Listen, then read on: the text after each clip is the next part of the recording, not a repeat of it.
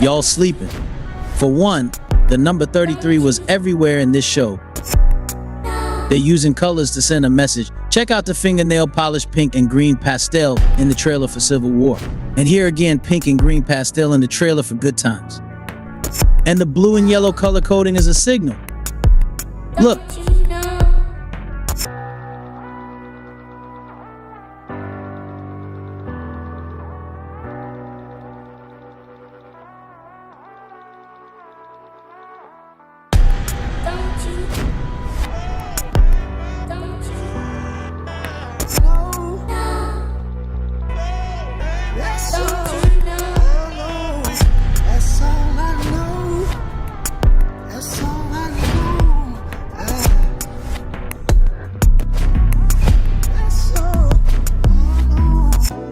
Wow, that is weird.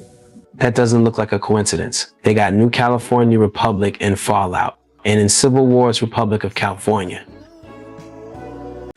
Okay, let's get right into it. Now we're talking about color code symbolism. The blue represents the blue eyes, right? Blue eyes ain't been around but for 10,000 years, right? They say all blue-eyed people are related. This gonna come in handy later.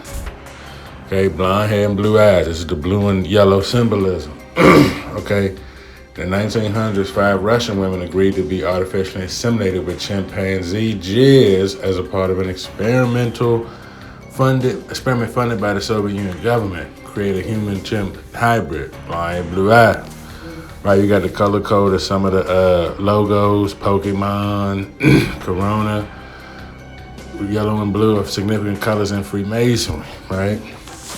You see that evident through the Masonic collar and apron. Okay, you got Masonic websites speaking on the significance of blue and yellow, the Freemasonry. Of course, you got the minions, right? Let's get into some of the characters. Blue and yellow symbolism, color coding. Right, the skin yellow, the overalls blue, the one-eye symbolism, the triangle shape that they making. Right? You gotta understand now, remember all the minions are related, right? Everybody with blue eyes is related. The minions are related. Okay, it's like they clones of one another. Right? They inbred. Right, we're gonna get into this. Everybody with blue eyes is related, we're gonna get into this. Okay? Now, that's a prominent one that jump out at me. You know, minions usually depicted as something evil. But you got SpongeBob, you know, color coding with the blue and yellow under the sea. It's always a blue backdrop. He always gonna be yellow. Again, you got the yellow skin and the blue eye. Got the yellow skin and the blue eye. Okay, SpongeBob giving you color coding. I'm gonna keep reiterating. Everybody with blue eyes is related. This is a form of inbreeding. We're gonna get into that. Okay. There you see his eyes blue as they can get, skin yellow as they come. Okay, let's get into it. We got some sports teams. The Denver Nuggets noticed their old mascot had the red beard, the red hair, right? We did videos on this. This is all connected, right? He was red and white as well. This is Masonic. Now think about the cave, the mountain, the miner, right? The miner goes into the mountain, into the cave. Okay, this is all significant. Notice the Masonic logo with the crossed pickaxe. Right, that's Masonic. We know the European Union uses blue and yellow. Denver Nuggets, blue and yellow. Let's see who we have. We got the Chargers, right? The lightning bolt. Now you notice there's a lightning bolt on each side of the helmet, right? That's 2 lightning bolts, right? Blue and yellow. You see the Masonic looking crest right there for the team. Okay. San Diego. Who was San Diego? I'm sure he was an Italian, European, asshole, right? Who the fuck was San Diego? Saint Diego, right? So what's interesting about the Chargers and the lightning bolts, it's like 2 on each side of the helmet, which represent the SS. Okay? The Nazis, aka the Ashkenazi. We're gonna get into that. But the Chargers lightning bolts depict the SS. We're getting back into troglodytism. We're getting back into Peckerwoodism. You understand what I'm saying? Remember, Hitler thing was blonde hair and blue eyes, right? I'm going to connect all the dots for you. Blonde hair and blue eyes are master race. Now, we spoke earlier about Fallout. You know, they color coding with the white skin, yellow hair, blue background. You know, blonde hair, blue eyes, right? That's what the yellow and blue depict what I'm cracking the code on, right? You see the Da Vinci Code with the man in the circle. You got the circle with the dot in it, like the look like a New Mexico flag. You got the lightning bolt. Look at the lightning bolt right there. One arm up, one arm down. That's Baphomet pose. He's giving you the one eye symbolism with the wink, right? He's winking with the one eye. Look at the middle, onto the right, the E, the European Union E. Okay, the European Union E right there on your right. Now, occult symbolism and Fallout. We got the lightning bolt, we got the star. There's a lot there. Let's move on. Cartoon character Marge Simpson, yellow skin, blue hair, right? What are they trying to depict, right? With this symbolism, right? She's the only one with blue hair in the show, but Maggie got the blue and yellow on too. So those two women, you know, rocking the blue and yellow. Now let's bring it to the real world. You got the Ukrainian flag, most well known for their blue and yellow imagery, colors on the flag. You see that like weird symbol on the flag. We're gonna get into that. Okay. Still at it like a pill addict. Hit that like button, hit that subscribe button. Okay. And you see that weird ass emblem on the left. We're gonna break that down. We're gonna get into that. I don't think nobody really on the internet talking about this. We got this shit sewn up. Now we get into that Ukrainian flag. You see it's the crest of Moloch. Why does Ukraine have the same crest as the old Khazarian Empire?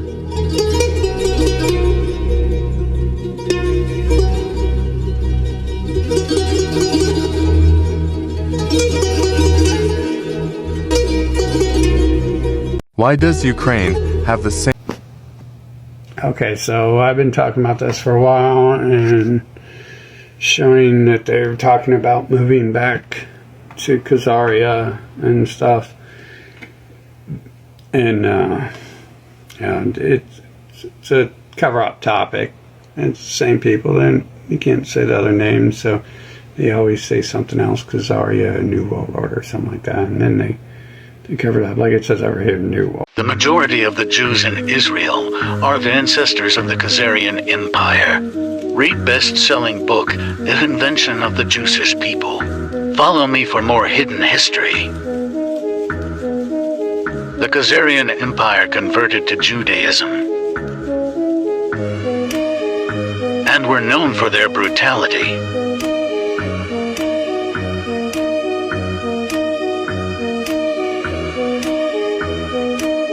We will be speaking about the origin of the Khazarian mafia banking cartel. As many of you are aware, there is a single family that controls the majority of banking in the world today. This family, known as the Rothschild family, have single-handedly taken control of the world financial system, and enslaved world governments, kings, queens, and even you through the filthy practice of usury. Usury is the tactic of charging interest on loans and is banned in scripture by God Almighty for a reason. It is a vile practice that mires mankind in a swamp of debt and forces them to struggle in competition with their fellow man, turning the world God created into a mockery of the original intent. This is the reality of the fallen world we live in. A world ruled by demons and their offspring. To understand the truth, you must look outside canonical scripture to the Book of Enoch, which was removed by Vatican decree from the Bible because it gave too many clues to unlocking the lies that are used to control you, and are being used to enslave you this very moment. I am sure you are familiar with the folk adage, money is the root of all evil. Interestingly enough, This phrase carries profound truth in 7 simple words. The origin of money can be traced to the Archangel of Death, who among the Kharasian Masonic cult is called Azazel. Azazel is the leader of the rebellious Watchers in the time preceding the flood. He taught men the art of warfare, of making swords, knives, shields, and coats of mail, and taught women the art of deception by ornamenting the body, dyeing the hair, and painting the face and the eyebrows, and also revealed to the people the secrets of witchcraft and corrupted their manners, leading them into wickedness and impurity. He was also responsible for the creation of money. Here we see the origin of all the evil in this world. To Azazel ascribe all sin. The name Rothschild is a pun. It is based on the inside joke that Cain is Azazel's child, or Wrath's child, as Azazel is also known as the Archangel of Wrath. Another fascinating fact is that the son of Satan, known as Mammon, Hebrew for money, is spoken of in the New Testament. In Matthew 6:24, Christ says, "You cannot serve God and Mammon." Christ was revealing that you cannot serve Cain and God. You cannot serve greed and expect to see the kingdom after death. Christ also said in Matthew 19:24, "Again I tell you, it is easier for a camel to go through the eye of a needle than for someone who is rich to enter the kingdom of God." Christ was not a big fan of money, evidenced by his throwing the money changers out of God's temple, because it is the main tool of corruption used by the Satanic Legion alliance that worships Azazel, as God the Father, as he is the root of the Khazarian Masonic bloodlines, that have used greed to control mankind for thousands of years. Know this, if you spend life seeking nothing but wealth and power, you will know the lake of sulfur when judgment comes. Life was never intended to be a great competition where men are pitted against men in a lifelong struggle to simply survive. The entire purpose of existence was to reconnect with the Creator, and instead was manipulated into becoming this ridiculous, clown world shit show that we call the modern world. What you believe is the American dream is nothing more than a lie, that will soon become the American nightmare as the final stages of the Khazarian Masonic plan to enslave man is finalized. You must wake up and soon, or all your hard work in life will have been wasted. They will take everything you have earned, and if you complain, you will be killed. I know nobody likes to confront the reality of the situation, but it must be done or it will require divine intervention to stop, and as I mentioned many times previously, God has a heavy hand and can solve all the world's problems in just 3. Okay, that was deep. Now we got the London blue and yellow imagery checkerboard, right? We still tying it into Freemasonry. Okay, Ashkenazi, blue and yellow, Freemasonry, Ukrainian, devil worship. Okay, Moloch. We showed you Moloch. We showed you the sigil of Satan. Okay, stay with it. Now, you see they got the red cross on the London City Police. Why blue and yellow, right? This is a trademark of troglodytism. This is a stamp of Neanderthalism. Okay, when you see that color coding of blue and yellow, right, you got the Golden State Warriors. Think about the Golden State Warriors, right? The Golden Gate, Valhalla, right? The Vikings, Warriors, Golden Gate, the Pearly Gates, okay? We got Walmart, of course, right? But I really want to slip Steph Curry in there, the golden boy, right?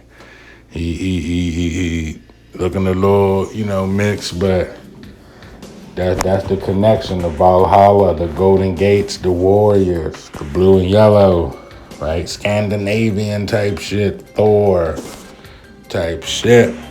Let me see, Walmart got the color codism. Who was saying Walmart? A Freemason. Who was saying Walmart? Cold-blooded Freemason. Don't mind if I do. Okay? IKEA. Now, the funny thing about IKEA with the color code and symbolism, they got something called the IKEA Mafia that ties into the Khazarian Mafia. They got the same color, right? But we're gonna get there, and that's some Swedish shit. So the IKEA Mafia refers to the furniture store mixed with the Swedish house mafia. What is the coincidence? We're in Sweden, right? European Union color codism, right? This was some type of promotion they ran, but it's got the blue and yellow symbolism, right? We can't forget the Warriors and Steph Curry. We got to point them out with the blue and yellow symbolism, right? With the Golden Gate. The Warriors' Golden Gate is Valhalla. This is Swedish bullshit. Okay. We just got some information right here about the the IKEA Mafia, why they call themselves the IKEA Mafia. But I wanted to point that out because that tied to the Khazarian Mafia, right? The Ashkenazi Mafia. It's the blue and colors of the blue and yellow. Ashkenazi Mafia. Now to tie home, we got Freemasonry, right? Freemasonry constantly depicts itself with blue and yellow symbolism.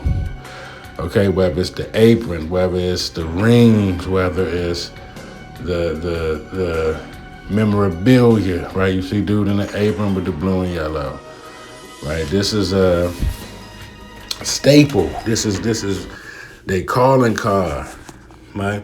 But notice this is Scottish Rite, York Rite, Troglodyte Freemasonry, right? This is Cracker Freemasonry. This is not Prince Hall colors. Prince Hall is purple and yellow. These people are blue, like servants, blue collar workers, blue devils, right?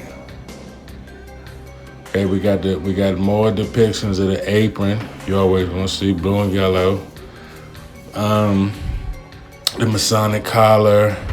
You always gonna see blue and yellow. There you go, right there. Now I'm gonna bring it on home with the West Virginia connection, right? West Virginia University got the colors blue and yellow. Now then we talked about that W, right? The Wendigo, Wendy's, Wednesday, right? Winnebago, right? We talked about that W, the YT, okay? The funny thing about Virginia and their blue and yellow troglodyte symbols, peckerwood, honky symbols, they got the Appalachian out there. They got the hills have eyes. When we did the movie, we did the movie review vid about the pale flesh eating monsters. You know, the hills have eyes, cannibalism. And ironically, the legend of cannibalism exists up there in the Appalachian, West Virginia. Notice they call the Mountaineers, right? Who goes up in the mountain in the cave? The Neanderthal, right? The miner, the nuggets, right? You see the connection here with the colors and the logos. The Mountaineer goes up in the mountain. The Denver Nuggets got a mountain on there. Who goes in the mountain? The miner, the caveman, right? The wild man, the hairy man, the Neanderthal. Okay, now what's interesting about West Virginia, remember all people with blue eyes are related. That's very prevalent out there in West Virginia, okay? They real heavy on the Rotary Club out there. They got a Rotary Park out there now. One of them parts of West Virginia, like western part of West Virginia, they got something called the Rotary Park, where they got this big ass rotary sign. This kind of like what the fuck Cat Williams had on his chain, like a rotary. People thought it was like a boat wheel, like a stern wheel for a boat. It was more so a rotary, right? And the thing about the rotary, they also depict themselves with blue and yellow. As you see right there and at the bottom left. Now, the Rotary and Freemasons are separate independent organizations but share similarities like community service, networking, and blah, blah, blah. Now, I'm going to show you that that's bullshit. The Rotary and the Freemasons are connected, are one and the same. There you have the Rotary with the square and compass smack dab in the middle. And what color is it? Don't ever think I'm talking bullshit. Okay? What color is it? I'll show you more examples so you don't think that's just a one-off. But the Rotary Club and Freemasonry go hand in glove, okay? It's like the lions or the elks or the skull and bones, right? It's all the same. Look at the Rotary with the blue and yellow. Universal Brotherhood, Islam, Satanism, Rotary, Hindu, Buddhism, Taoism. Everybody's right there. The Rotary family and friends, Judaism, the pentagram, some Japan shit, Islam, Hinduism. The lions are one of them. So I'm hoping you see the connection, right? It's different factions, right? Of this blue and yellow shit. The Rotary is a part of it. But this starts to trickle into Wrong Turn, The Hills Have Eyes. You getting these cannibalistic troglodytes. Now back to the Ukraine flag, right? The Moloch sigil. Why is Ukraine important? Because once Khazaria by the Khazars, right there. Now it's Ukraine. Okay, we see that a little clear. Khazarian Tamga, the same symbol. Okay, crest of Ukraine, synagogue of Satan. Do you see what it says in the bottom right? Ashkenazi Mafia, IKEA Mafia. This is Google. Okay, you see the Mongoloids. You see the satanic connection right there with the Moloch symbol. Moloch is depicted as Baphomet sometimes. Okay, you got the Ukrainian, the Facebook page, the seal of Moloch, Khazarians is all one and the same. Fake Jews, like this is all over the internet. So this ain't like I put these pictures together, right? Their words, not mine. Now, when I say Nazism, look at the middle one at the top. The Nazi black sun, Ukraine's Ashkenazi Jewish roots and deep neo-Nazi presence. Okay, let me get you in closer so you think I ain't bullshitting. Look at the top left one, blue and yellow. Okay. Now, of course, it's a conspiracy. Okay. Both hands up like a referee. That's a Masonic signal. Current coat of arms, the symbol of the Ukraine flag, crest, correspond with the so-called Khazarian Tamga, right? This is where the coat of arms comes from, the Moloch Baphomet symbol. Okay, there's plenty of depictions of that. We ain't got to make that up. We don't got to make that up. It's a demonic sign of child sack rice. Child sack of rice. Okay, you give a sack of rice. Now, remember the Umbrella Academy. Remember that show, The Umbrella Academy? Blue and yellow symbolism. Then you got the blue and yellow and the black realm of Freemasonry and the Greek shit. You see dude in the bottom right, look at the color coding. Look at the color coding. Y'all remember that bullshit that happened at the Olympics? Okay, we talked about the orange head man, the red head man. They got the blue and yellow code right there. Satanism is their religion in Zionism, right? The Rothschilds, 13th tribe of Israel, connected to the Khazarians. Okay, you can pause and read that. They got everybody that worked in the cabinet last presidency. Okay. You can pause and read if you need some deeper insight, but trust me when I tell you, all of this shit is devil shit, all of this shit is cracker shit. Okay, I'm showing you the connection, right, of Christianity, Zoroastrian, whatever, right? But look at the bottom one where it say Freemasonry. Notice how they was a different color than all of them. They was the blue and yellow. Now you got the CIA and the Department of Justice. What color you see? Blue and yellow. Now let's talk about the Bigfoot man has always been with us. The wild man, wild woman was recorded in European countries centuries ago with visual proof. These creatures lived out in the open, kidnapping those who were not like them. The Moors were shown to be fighting wars with them in Europe. The Bigfoot of America are these very wild people that came over with the European brothers, took to the hills and forests of America. And what are we talking about? The hillbillies of the Appalachian Mountains. Okay. Shout out to Cyrus Student Study, did a video on this. The hillbilly cannibals hiding in the Appalachian Mountains. Make it run.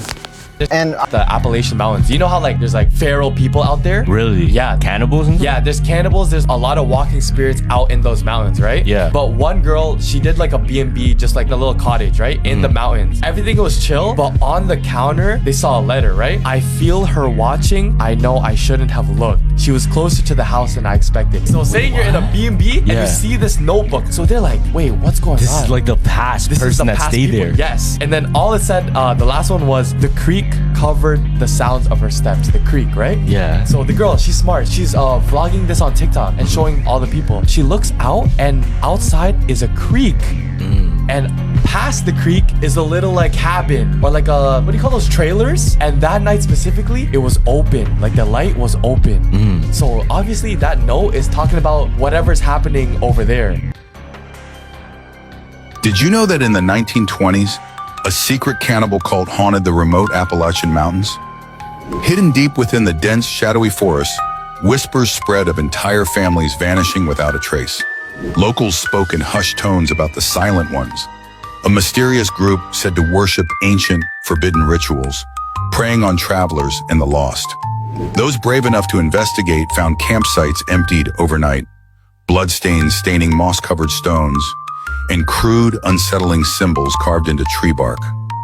Authorities dismissed these stories as superstition and local folklore, but in 1927, a team of hikers stumbled upon a hidden cave.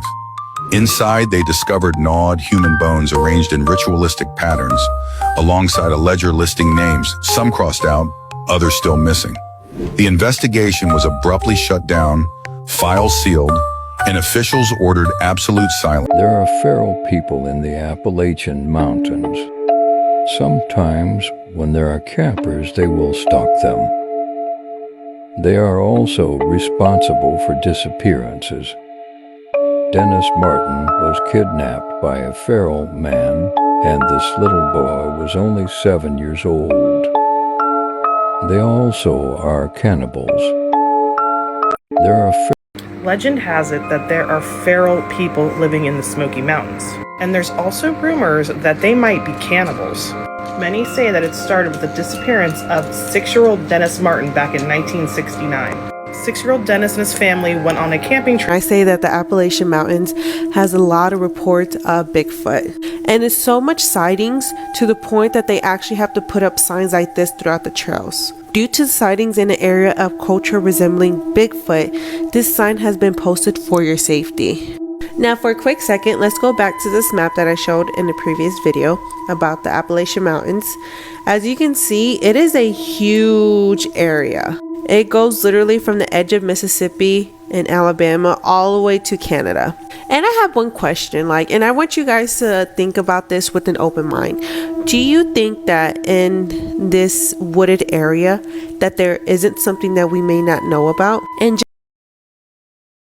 I was tagged in this. It's just nothing, just Bigfoot in the middle of the woods on a sunny afternoon. There was a truck driver who was taking a load through the Appalachian Mountains in North Carolina. Now, this community that we treat. If you don't work in healthcare, and I'm going to say specifically the ER, yes, inpatient does see this too, but there's a group of people you don't know exists. This group of people, you don't see them in the wild. You go to the store, the characters you see at Walmart, that's not who I'm talking about. Literally is like a society, a group of people. The average person is totally unaware even exists. You'll never understand this if you've never worked in it. And I can't try to make you understand, because if I try to explain it and talk about it on here, I could go to jail. I have an hour drive home. Oftentimes, especially today, I just got off a stretch of 3. Just like driving in silence, and I'm thinking to myself, what did I just witness? And it becomes normal. It's just, I don't know, dude. Some people know what I mean. That video has over 1 million views, and if you go into the comments, it seems everyone is coming to the same conclusion that he's talking about inbreeding in white American communities. A lot of white people basically inbreed. That's what he's talking about. And he's shocked to discover that there's so many people who come in whose mother and father are brother and sisters. It's okay. Papa.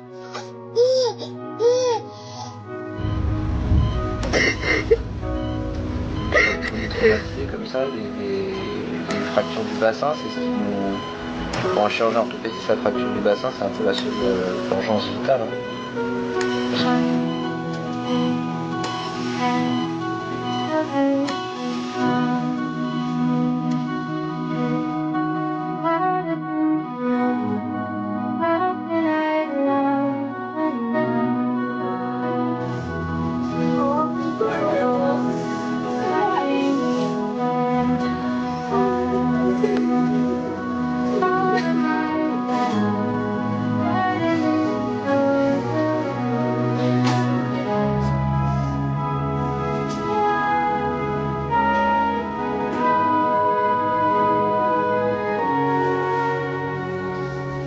America's most inbred family welcomes a new child. Who's the little baby? Mom. Hey, how are you? Oh, my name's Brian. I'm his grandson. The lively blue-eyed baby was filmed spending time with his great-grandparents in West Virginia. What's his name? Braxton. Braxton.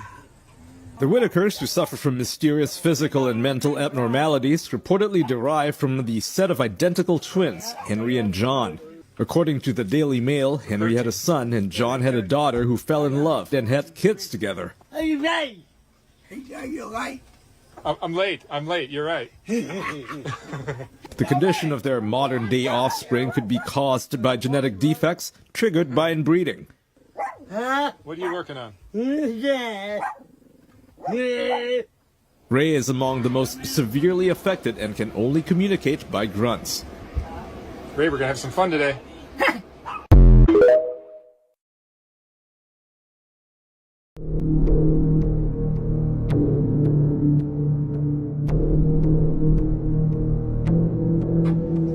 So what are your names?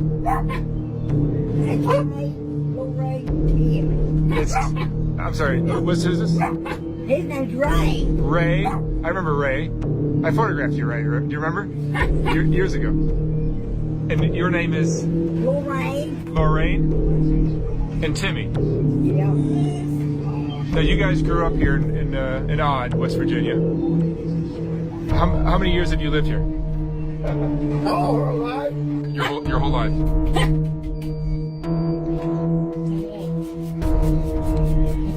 And your family, you lost your brother since I was here last. Come on, back to me on the porch. Tell me about your brother.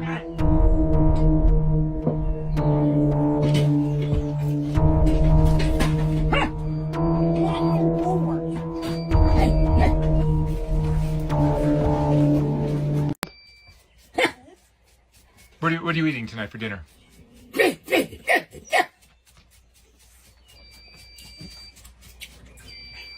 A sandwich. So you grew up here in Odd, West Virginia, your whole life.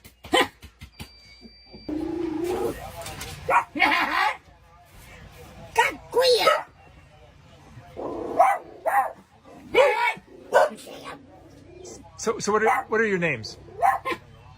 Ray, Lorraine, Timmy. I'm sorry. Who's this? His name's Ray. Ray. I remember Ray. I photographed you, Ray. Do you remember?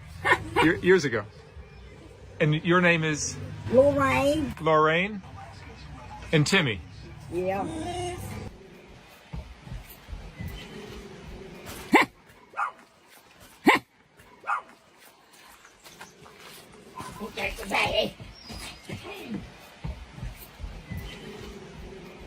What's your favorite memory, Ray? Do you remember anything about your life? Hey. What schooling did they get? They didn't wish school long, but he graduated. You graduated from what? Well, I was from high school. You went to high school, Timmy? Yeah, he went to high school on back. The Whitaker family's history of inbreeding traces back to identical twin brothers, Henry and John Whitaker, whose descendants intermarried. Henry and John's children, including Harry and Sally, had 7 children. One of them, John Isom Whitaker, born in 1882, later married his first cousin, Ada Rigg. They had 9 children, including Gracie Irene Whitaker, born in 1920. In 1935, Gracie married her double cousin, John Emery Whitaker, and the couple had 15 children. Due to generations of inbreeding, many of their descendants experienced severe physical and mental impairments. What are you eating tonight for dinner? A sandwich. The fellow you see in the photo behind me is Ray. He's part of the Whitaker family, the most inbred family in America. And in the clip you guys just watched, this interviewer is talking to Ray, trying to communicate with him, and every time Ray answers, he's pretty much just barking and grunting, and we can't really understand him. The entire Whitaker family is located in West Virginia, and they all live under one roof in a very isolated location. And to get an idea as to how inbred their family truly is, here's their family tree. Mainly, Thomas and Eliza Whitaker ended up having 2 twins that were males. They both hooked up and had kids, and then these kids ended up creating an entire family. And as a result of this inbreeding, a lot of the Whitaker family is unable to truly take care of themselves. They don't really talk, they more so just grunt. And a lot of them have passed away at very early ages from things that are thought to be related to their inbreeding. And a lot of you watching this might be kind of tempted to laugh here, but these types of situations are a lot more tragic than they are funny. This is the Whitaker family, known as America's most inbred family due to generations of close familial marriages. It all began in Odd, West Virginia, with identical twin brothers, Henry and John Whitaker, whose children married each other. Many of their offspring faced severe physical and mental impairments, likely due to inbreeding, which can increase the risk of inheriting harmful recessive genes. Some family members communicate through just grunts and barks, struggling with verbal speech, though they understand others. Living in poverty, their dilapidated home burned down in December of 2024, forcing them into cramped conditions across the street. Despite their challenges, the Whitakers are described as caring and pure, protected by loyal neighbors wary of outsiders. To help rebuild their home, check out this GoFundMe. Hey! What's he trying to show me? A deer. A deer? He calls them cubes. You have deer here, right? Well, there's a lot of deer here. What kind of animals do you see here? You ever see bear? Yeah, a couple years ago we seen a baby bear and mommy bear climb a pine tree out there. Really? Yeah. And the daddy bear was going across the creek. They're hollering at him. There are bears out here too. Yeah, I believe it. I've heard that before. You snuff can. Show me your snuff.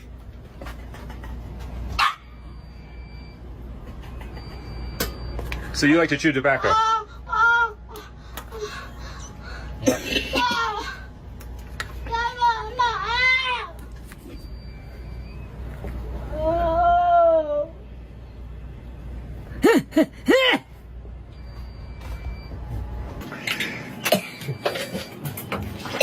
Gotcha. Oh. How old is Ray? How old are you, Ray? 62. 62? No. 67. 67. God.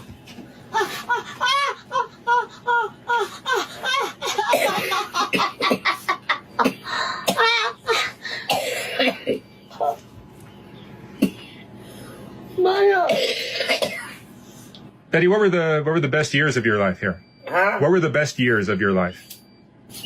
I don't know. Well, I don't know.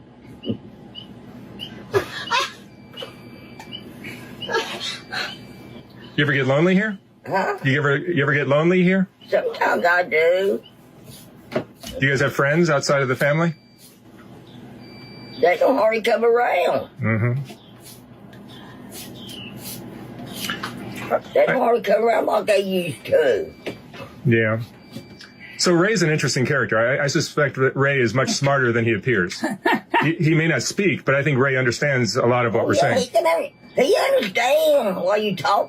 America's most inbred family has been torn apart as 3 of the adults have been removed from the home and put into state care. Apparently, this family, the Whitakers, shot to fame in 2020 when there was a documentary about their lives. Now, the modern-day Whitakers actually stemmed from 2 first cousins who married, and then that bloodline continued when 2 twin brothers both had children who then married each other and had 15 kids. These 15 people have lived in the same house. The house is said to be dilapidated, got rundown vehicles, trash, ornaments all over. There's a few of the family members at this house who definitely have some physical and verbal disabilities. They can only communicate via barks or grunts. Now, this is 73-year-old Betty Whitaker. This is her brother, Larry. Both of them say that they have been left in the dark about the 3 family members that were taken from the home. They swear that they were taken because of all of the rumors and everything being put on social media. However, this family has racked up a slew of charges. The extreme conditions of the home, as well as those members' disabilities, is what led to them being taken into adult protective care. Did you know there's a family in West Virginia that became one of the most disturbing cases of inbreeding in America? They're called the Whitakers, a family that's been marrying within their own bloodline for generations. Their parents, Lorraine and Ray, were first cousins, and just like their ancestors, they kept the cycle going. The results were heartbreaking. Most of their kids were born with severe disabilities and can't speak, only make sounds that resemble barking or growling. Only one brother was born completely healthy, the only one who can talk clearly. Over time, the family became more and more isolated, living deep in rural West Virginia, away from everyone else. Today, the Whitakers live almost completely cut off from the world.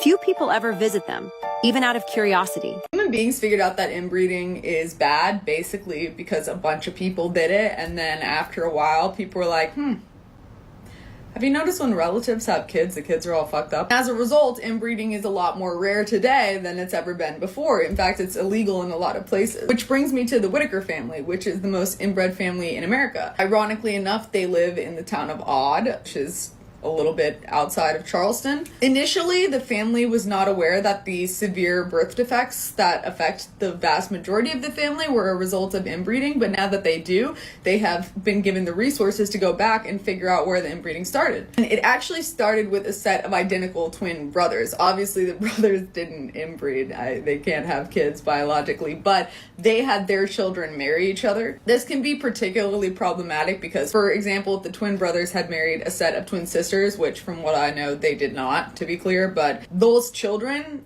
their offspring would be considered genetically siblings, even though they're actually technically cousins, which meant that these identical twin brothers marrying off their children was more genetically akin to marrying half siblings than it is to marrying cousins. The Whitaker family was pretty isolated, and this first generation of directly inbred children was pretty sizable. They had 7 kids, and from there the inbreeding continued, and it obviously just got worse and worse with each generation. The entire Whitaker family, when they would have kids, they would tend to have a lot of kids. Some people had up to 9